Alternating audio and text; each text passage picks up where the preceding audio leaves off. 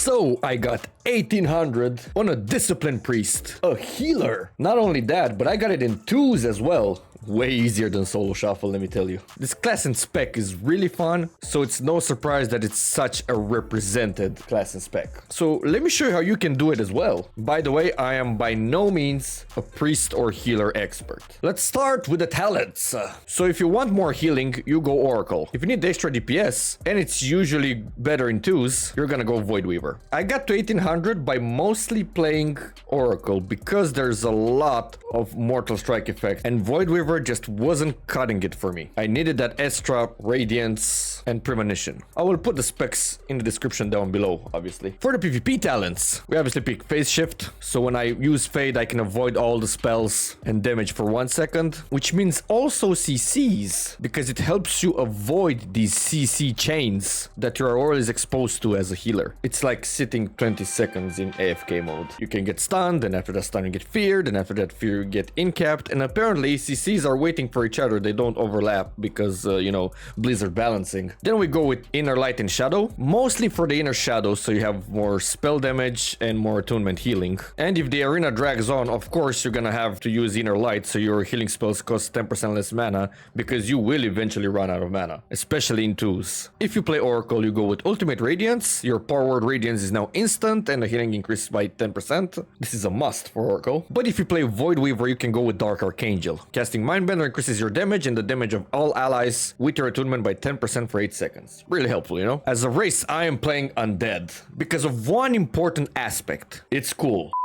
No, but for real, we play it for the Will of the Forsaken, which is one additional escape from fear, sleep, and charm. For the gear and stats, the stat priority for a Disc Priest is Verse, Mastery, Haste, Crit. Trinkets are, as always, the equipable effects trinket and the medallion. For the rings, I went with the crafted rings, and I added Verse Mastery on them and enchanted them with Mastery. You can never have enough Mastery as a Disc Priest. Feet, I went with Haste Mastery, same as the belt. Head, chest, shoulder, and hands are basically the 4 set, which grants you insurance. So for the 2 set, your healing spells have a chance to apply insurance, which essentially heals them for 1 million over 15 seconds. But it's consumed if they drop below 40% health. And for the 4 set, our Power Word Shield is completely absorbed. Then our targets are getting insurance at 40% effectiveness. But they receive 15% increased healing if they have insurance or some absorb on them. For example, Power Word Shield. For the neck, I have Verse Mastery, the conquest item. Back as well, the Verse Mastery. It's like we're almost a demon hunter. And bracers, we go with Haste Verse. I could have gotten a crafted one, but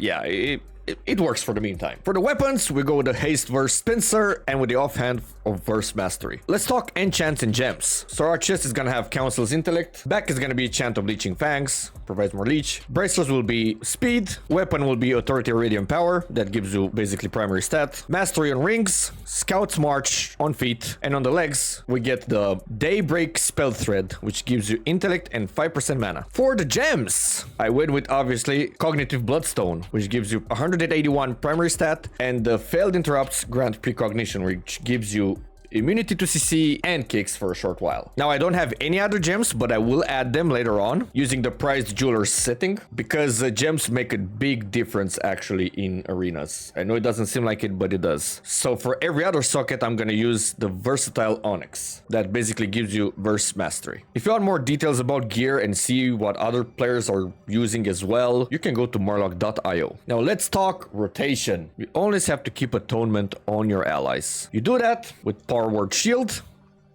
as you can see here, Attunement, Renew, Radiance, Flash Shield. So when the arena starts, I basically apply Renew to all my allies and myself. And for the guy who actually goes in first to attack, maybe it's a druid or a warrior or something, I'm just putting a Power Word Shield on them as well. And when they start getting damaged, I use the instant heal I get here from Surge of Light and Penance. Usually you want to heal in this order. You want to apply the shield first, and then you want to cast Penance. And after you did all this, make sure enemies have Shadow Word Pain on them. So you apply this on every single enemy you see. Very important for attunement, so your allies get healed while these targets get damaged. After I apply Shadow Word Pain, I just go with Mindbender or Cooldown, basically giving my penance the Dark Reprimand, which is essentially a way more powerful penance. And then I spam Smite with all the dots on, which basically damages my enemies and heals my allies. If an ally is in danger, I reapply Power Word Shield, I put a penance on them, a Renew, and then I continue smiting. Oh, and by the way, forgot to mention, when the arena starts, because I do that mistake a lot, your inner light and shadow is not applied. So you have to press the inner light first before the arena starts and then press inner shadows. So you have more healing and damage, obviously. Goes without saying that when an ally pops their offensive CDs, you go power word infusion, which basically applies infusions to the target and yourself. Mind Blast, you do that for damage, but mostly if you play Oracle, Mind Blast is for the empowered penance. So basically, you can do it on cooldown, but it's not that necessary. It's a different story with Voidweaver though, because with Voidweaver, if you cast Mind Blast, you're gonna have the Void Heart, Twist of Fate, and the Power of the Dark Side. So essentially you have this blue freaking comet that will damage the enemy over time, and then it pops with a big damage in the end. And you just smite the target, and your smite becomes a Void Blast, I believe. And you spam Void Blast on the target, way bigger damage. Reapply Shadow Word Pain. This helps your teammates to kill targets, and also it heals them because, again, attunement.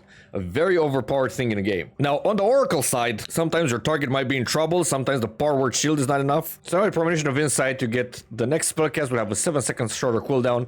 So essentially, you're gonna spam Penance twice, or Power Word Shield the way you want it. Then you can actually apply Radiance because it resets the stack, and then you go Penance again. You can apply Renew here and there. So see, Penance, Shield, Penance again, Shield again.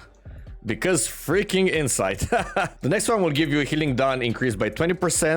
And the third premonition, these happen in the order that you use the premonition, will give you an absorb shield when you're healing the target. Now, if your ally is in even bigger danger, you can actually apply Pain Suppression on them, which reduces their damage taken by 50%. And you can apply this if you're CC'd, and this is very important. When you're CC'd for a long time and you know you cannot save them, use Pain Suppression. Save it for those moments mostly. And then when you're out of CC, Shield, Penance, or Renew if it allows it, and so forth. Now, we have two more powerful defenses. So let's say you're being probably trained by a warrior, or your ally is trained by a warrior. You can actually cast Desperate Prayer, which increases the maximum health by 25% and instantly heals for that amount. And you can pair it with Evangelism, which extends the attunement on all allies and heals for 5.3 million. You cannot die at that moment. So what I do is, like, I apply Shield, I apply freaking Desperate Prayer, and Evangelism, and just continue healing. So just as a recap for the whole overview, arena starts, Renew, Power Word Shield on the ally, applying Shadow Word Pain to who I can, sending the pet maybe, my ally is gonna get probably targeted, I'm gonna heal him with Penance, Flash Heal Instant, then I Mind Blast probably. I now have a lot of empowered penances, healing him again, PI, if I'm getting CC'd, Pain Suppression. If I want to avoid the CC, I'm gonna use Fade, which works with Phase Shift, and that's essentially it. One good tip that Dip gave me is when you are about to be CC'd, use Shadow Word Death on your target. Because let's say this target is approaching me here, they want to CC me, I Shadow Word Death, and that won't kill them, right? And if it doesn't kill them, I will receive damage, which essentially will break the CC. So you won't sit 5 seconds in a freaking Hunter Trap that has no cooldown anyways. Now for our CCs, we only have Psychic Scream, but that's a great freaking fear. You can use it defensively or offensively. You can use it to approach your healer, fear him, or a DPS that's giving you or your ally problems. And also make sure if you're approaching another priest, for example, that has the fear, make sure you fade first and then fear, because they probably want to CC you as well, and you can avoid it with fade. Well, if they have fade as well, then no one's getting CC'd. Last but not least, we have actual Void Shift that basically swaps your target health with yourself. So if your ally has 10% left, let's say, and you have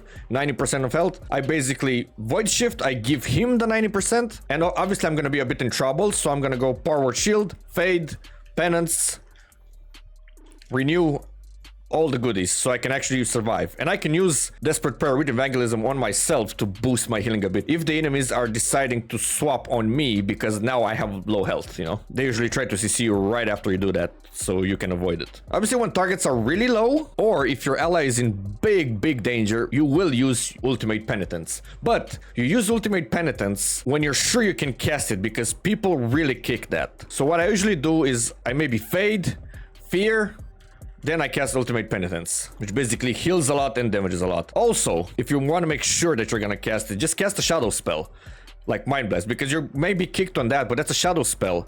And penitence is holy, so you can actually use it. What's also cool about this is like if you get kicked on your flash shields or your smites, well, you can use shadow spells like Mind Blast. You can also use Radiance if you get kicked, so it doesn't matter. Use your Mind Bender, and if you use your Mind Bender, by the way, and you have Dark Reprimand instead of Penance, if you're kicked on holy spells, this is a shadow spell now. You can actually use it. So yeah, priests are really hard to get like kicked. You can basically CC them, and that would be better than actually interrupting them because they have a lot of tools. Also, before using penitence, just use Power Word Barrier. It basically absorbs a lot of damage in here. And if your ally is not in this barrier, and it happens for good or bad reasons, just use Leap of Faith, grab them in there, and basically try to heal them, like Powered Shield, Penance, Renew, all that. And maybe then cast Penitence. It depends on the situation, mostly. Sometimes I use Penitence first, and then Barrier, and so on. You have also 2 Dispels. One for the enemy, Dispel Magic, and Purifier for the allies. And let's not forget the big Mass Dispel, which basically dispels bubbles, immunities, like Ice Block. But if you see Bop, Blessing of Protection from the Paladin, you can purge it with Dispel Magic. Do not use Mass Dispel. Save it for Bubble. Like with the Mage, rotations are situational on Priest as well. But essentially you want to use your Flash Shield, aside from everything that we talked about, when your target is really in danger. And yeah, make sure, I repeat, make sure, when the arena starts, press Inner Light and then press Inner Shadow so you can have the buff. You have no buff in the beginning of that. And make sure at the end of the arena, if you have troubles with mana, just switch back to Inner Light because it reduces the mana cost of your healing spells by 10%. And it helps to spam Smite to damage and heal your allies because Smite is really low cost at that point. I hope this was comprehensive, but if you have more questions, you can post them in the comments down below. Or if you have anything to add, maybe I did something wrong and there's a better way of doing them. So I hope this guide was helpful, guys. If it was, give it a like. Consider subscribing as well for more 1800 towards 2k guides, because I'm trying to help every new person or every person that hasn't reached 1800 yet in PvP actually get it and enjoy the rewards. I will see you guys next time. Peace. Ruffix takes the battle.